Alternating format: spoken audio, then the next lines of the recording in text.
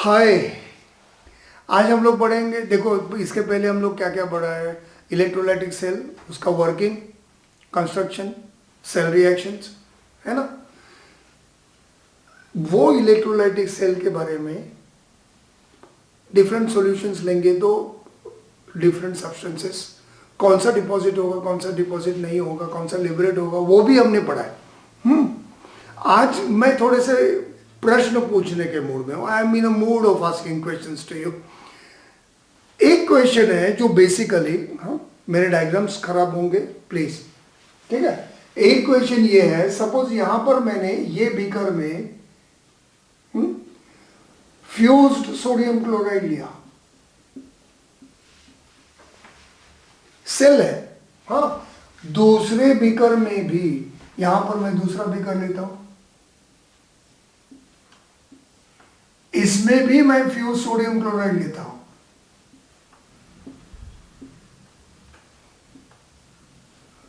ये एक electrolytic cell है, ये दूसरी इलेक्ट्रोलाइटिक सेल है। बट देखो गाइस, मेरा प्रश्न एकदम सिंपल है। मेरा क्वेश्चन ये है, मैंने एक्वेस सोडियम क्लोराइड लिया, नहीं फ्यूज सोडियम क्लोराइड लिया, मतलब हमको पता है यहां पर सोडियम डिपॉजिट होगा, यहां पर क्लोरीन डिपॉजिट होगा, यहां पर सोडियम, यहां पर क्लोरीन। ये सेल नंबर 1 है, सेल नंबर 2। अगर मैं ये दोनों में अलग अलग क्वांटिटी ऑफ इलेक्ट्रिसिटी पास कर रहा हूं, अलग अलग क्वांटिटी का मतलब क्या होता है? Quantity of electricity is measured in Coulomb's. Physics में पढ़ा होगा, Coulomb's, quantity of electricity is measured in Coulomb's, Q लिखते हैं हम लोग, हाँ। एंड ध्यान में रखना, 1 कूलम कब कहते हैं? जब मैं 1 एम्पियर करंट 1 सेकेंड में पास करता हूं। 1 ampere current when passed for 1 second, we say that 1 coulomb of electricity is passed. और ये क्वांटिटी हो गई। अभी यहां पर मैं 5 कूलम्स पास करता हूं, यहां पर मैं 20 कूलम्स पास करता हूं। मैंने सेल्स तो दोनों सेम लिया है, इलेक्ट्रोलाइटिक सेल्स ही है, मगर इसमें मैंने कम इलेक्ट्रिसिटी पास की, इधर मैंने ज्यादा इलेक्ट्रिसिटी पास की। दोनों में सोडियम डिपॉजिट होगा, सोडियम डिपॉजिट होगा, क्लोरीन लिबरेट होगा, क्लोरीन लिबरेट होगा। मेरा प्रश्न ये है कि वेट ऑफ सोडियम डिपॉजिटेड यहां पर and weight of sodium deposited दूसरी सेल में, क्या वो सेम रहेगा? वेट ऑफ सोडियम डिपॉजिटेड यहां पर and weight of sodium deposited यहां पर, या फिर वेट ऑफ क्लोरीन, वेट बोल रहा हूं मैं, अमाउंट नहीं बोल रहा हूं। Weight of chlorine liberated and weight of chlorine liberated will be same और different? It will be different. क्यों डिफरेंट होगा? तुम कहोगे कि सर सिंपल है ना, यहां पर कम इलेक्ट्रिसिटी पास कर रहे हैं तो लाइसिस सोडियम क्लोराइड का कम होगा, तो weight of sodium deposited will be कम। यहां पर ज्यादा इलेक्ट्रिसिटी पास कर रहे हैं तो सोडियम क्लोराइड का लाइसिस ज्यादा होगा, ज्यादा सोडियम डिपॉजिट होगा। इसका मतलब क्या है? मैं कहूंगा weight of substance deposited is directly proportional to quantity of electricity passed, और इसी को कहते हैं फैराडेज फर्स्ट लॉ। इसी को कहते हैं फैराडेज फर्स्ट लॉ। अब देखो, ये फैराडेज जो फर्स्ट लॉ है, मैं यहां पर लिखता हूं, weight is directly proportional to Q.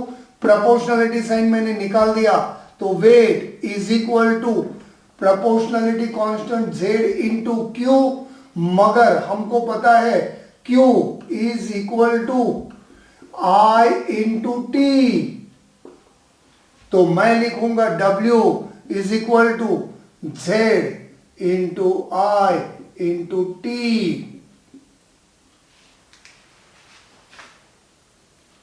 तुम कहोगे सर ये Z का नाम क्या है? Z को कहते हैं इलेक्ट्रो केमिकल इक्विवेलेंट, क्या कहते हैं, इलेक्ट्रोकेमिकल इक्विवेलेंट, ECE। और ध्यान में रखना ये जो इलेक्ट्रोकेमिकल इक्विवेलेंट होता है वो E/96,500। E क्या है, इक्विवेलेंट सब्सटेंस। 96,500 कहां से आया, अभी इसके बाद समझेगा फैराडे सेकेंड लॉ के बारे में। तो अगर ये वैल्यू, तब तक के लिए ध्यान में रखो, ये Z is equal to E/96,500, अगर मैंने इसको यहां पर सब्स्टिट्यूट किया तो मुझे मिलेगा W is equal to E/96,500 into I into T। काफी इंपॉर्टेंट फॉर्मूला है, फिक्स कर दो माइंड में, फिक्स कर दो, न्यूमेरिकल्स ओरली कर पाओगे। इतना समझा, फैराडेज फर्स्ट लॉ समझा। फैराडेज फर्स्ट लॉ क्या कहता है, वेट ऑफ सब्सटेंस डिपॉजिटेड और liberated is directly proportional to quantity of electricity passed. ज्यादा इलेक्ट्रिसिटी पास करो, ज्यादा सब्सटेंस डिपॉजिट होगा, कम इलेक्ट्रिसिटी पास करो, कम सब्सटेंस डिपॉजिट और लिबरेट होगा। यह है फैराडेज फर्स्ट लॉ। अब मैं दूसरा प्रश्न पूछता हूं। मेरा सेकंड क्वेश्चन ये है कि अगर मैंने यही इलेक्ट्रोलाइटिक सेल लिया, ये इलेक्ट्रोलाइटिक सेल, अब मैं क्या पूछ रहा हूं, सोडियम का वेट जो डिपॉजिट हुआ और क्लोरीन का वेट जो डिपॉजिट हुआ वो सेम होगा कि डिफरेंट होगा, एक ही सेल में, अलग अलग सेल में नहीं। क्वेश्चन समझा, एक ही सेल में दो डिफरेंट एलिमेंट्स डिपॉजिट या लिबरेट होंगे तो क्या उनका वेट सेम होता है, क्योंकि क्वांटिटी ऑफ इलेक्ट्रिसिटी तो सेम है। यही प्रश्न को मैं दूसरे फॉर्म में पूछता हूं। चलो यहां पर मैंने एक सेल लिया जिसमें सपोज हाइड्रोजन गैस लिबरेट होता है, दूसरा सेल लिया जिसमें सपोज क्लोरीन गैस लिबरेट होता है, तीसरा सेल लिया जिसमें सपोज ऑक्सीजन गैस लिबरेट होता है, और ये तीनों में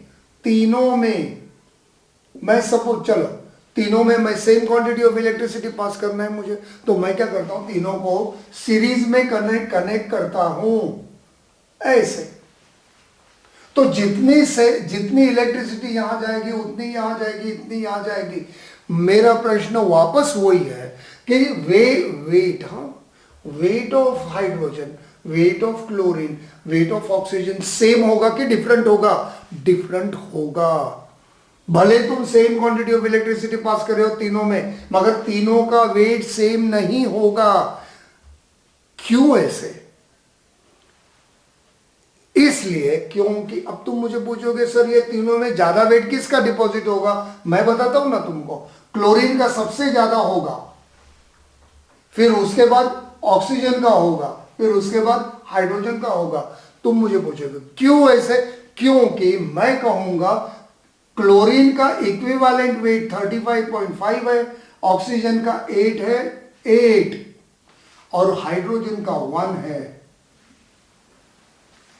इसका मतलब क्या है, जिसका इक्विवेलेंट वेट ज्यादा वो सब्सटेंस ज्यादा डिपॉजिट या लिबरेट होगा, जिसका इक्विवेलेंट वेट कम वो सब्सटेंस कम डिपॉजिट या लिबरेट होगा।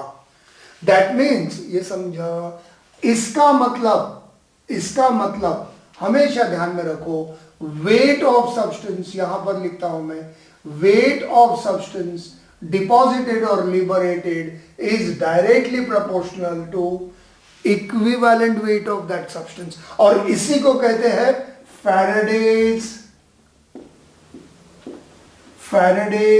Second law.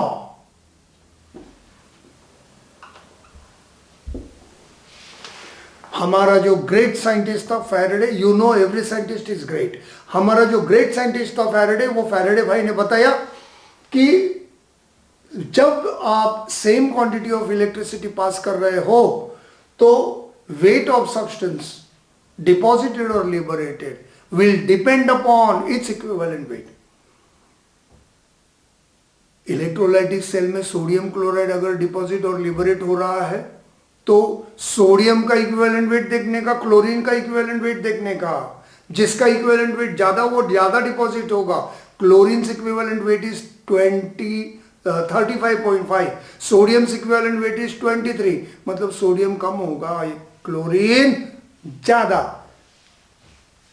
समझे? तुम पूछोगे सर ऐसे ये तीनों सेल्स में अगर मुझे हाइड्रोजन डिपॉजिट, हाइड्रोजन लिबरेट करना है, क्लोरीन लिबरेट करना है, ऑक्सीजन लिबरेट करना है, कितना? Equal to their equivalent weight. मतलब यहां पर हाइड्रोजन गैस मुझे 1 ग्राम लिबरेट करना है, यहां पर ऑक्सीजन क्लोरीन गैस मुझे 35.5 लिबरेट करना है, और ऑक्सीजन मुझे 8 ग्राम लिबरेट करना है. तो मुझे कितनी इलेक्ट्रिसिटी पास करनी पड़ेगी? 96,500 कूलम्स. कितनी इलेक्ट्रिसिटी पास करनी पड़ेगी? 96,500 कूलम्स. इसका मतलब कोई भी सब्सटेंस को अगर आपको डिपॉजिट या लिबरेट करना है, कितना? Equal to its equivalent weight, you have to pass 96,500 coulombs of electricity. कुछ समझे? जी हां. और ये 96,500 को कहते हैं 1 फैराडे. क्या कहते हैं? 1 फैराडे. अगर मैंने एक सेल लिया, इसमें कॉपर सल्फेट सॉल्यूशन लिया, दूसरा सेल लिया, इसमें सिल्वर नाइट्रेट सॉल्यूशन लिया, मतलब सिंपल है, यहां कॉपर डिपॉजिट होगा, यहां पर सिल्वर डिपॉजिट होगा. हाँ, दोनों को मैंने सीरीज में कनेक्ट किया, एक सीरीज में, मतलब दोनों में same quantity of electricity pass होगा. तो वेट ऑफ कॉपर कितना डिपॉजिट होगा? Weight of copper deposited is directly proportional to equivalent weight of copper. Weight of silver यहां पर आना चाहिए, is directly proportional to equivalent weight of silver. ठीक है? दोनों को अगर मैं कंपेयर करूंगा तो weight of copper upon weight of silver is equal to equivalent weight of copper upon equivalent weight of silver. इसको कहते हैं फैराडेज सेकेंड लॉ. और ये फैराडेज फर्स्ट लॉ और सेकेंड लॉ काफी इंपॉर्टेंट है, ध्यान में रखना. वो Z जो था which is equal to equivalent weight upon 96,500, इसको हम ऐसे भी लिख सकते हैं, Z is equal to equivalent weight upon 1 Faraday. और 1 फैराडे कितना होता है बच्चों? 96,500 कूलम्स. दूसरा एक इंपॉर्टेंट बात ध्यान में रखना, हमेशा ध्यान में रखो, और वो ये है, आखिरी बात ध्यान में रखो, वो ये है कि जब मैं 1 मोल ऑफ इलेक्ट्रॉन्स पास करता हूं, when I am passing 1 mole of electrons, तो बी श्योर कि I am passing 96,500 coulombs of electricity. जब मैं 1 मोल इलेक्ट्रॉन्स पास करता हूं तो I am passing 96,500 coulombs of electricity. क्या आपको पता है ना 1 मोल मतलब कितना? 6.023 इंटू 10⁻23 इलेक्ट्रॉन्स. 6.023 इंटू 10⁻23 इलेक्ट्रॉन्स मतलब 1 मोल, एक डजन. केमिस्ट्री का डजन मोल होता है. तो 6.023 इंटू 10⁻23 जब सर्किट से एक पॉइंट से पास हो रहे हैं, तो be sure there is a flow of 96,500 coulombs of electricity. क्या मैं ये सेंटेंस को ऐसा कह सकता हूं कि इतने इलेक्ट्रॉन्स का चार्ज 96,500 होता है? तो एक इलेक्ट्रॉन का चार्ज अगर मुझे निकालना है तो कैसे करेंगे? Apple formula. एप्पल फॉर्मूला क्या होता है? 5 एप्पल को 50 रुपया, तो भाई एक एप्पल को कितना? 10 रुपया। कैसे किया आपने? वैसे ही इतने इलेक्ट्रॉन्स का चार्ज इतना है तो एक इलेक्ट्रॉन का चार्ज कितना होगा? 96,500 अपॉन 6.023 इंटू 10⁻23। ये कैलकुलेशन तुम कर लो। जो तुम्हारे टेक्स्ट बुक में एक इलेक्ट्रॉन का चार्ज देते हैं ना, वो कूलम्स में, वो चार्ज आएगा। काफी इंपॉर्टेंट कॉन्सेप्ट्स, काफी काफी काफी। जब मैं तुमको सिखाऊंगा ओरली कैसे सॉल्व करना है फैराडेज फर्स्ट लॉ और सेकेंड लॉ के सम्स, तो ये सारे कॉन्सेप्ट्स आपको यूजफुल होंगे। फैराडेज फर्स्ट लॉ क्या है? Faraday's first law, weight of substance is deposited or liberated is directly proportional to quantity of electricity passed। और Faraday's second law क्या है? weight of substance deposited or liberated is directly proportional to equivalent weight of substance। इसके numericals हम तब करेंगे जब मैं apply का वीडियो बनाऊंगा, क्योंकि बच्चों मैं ये जानता हूं, मैं इस पे बिलीव करता हूं कि पहले सब्जेक्ट को एंजॉय करो, समझ लो और फिर अप्लाई करो। Thank you.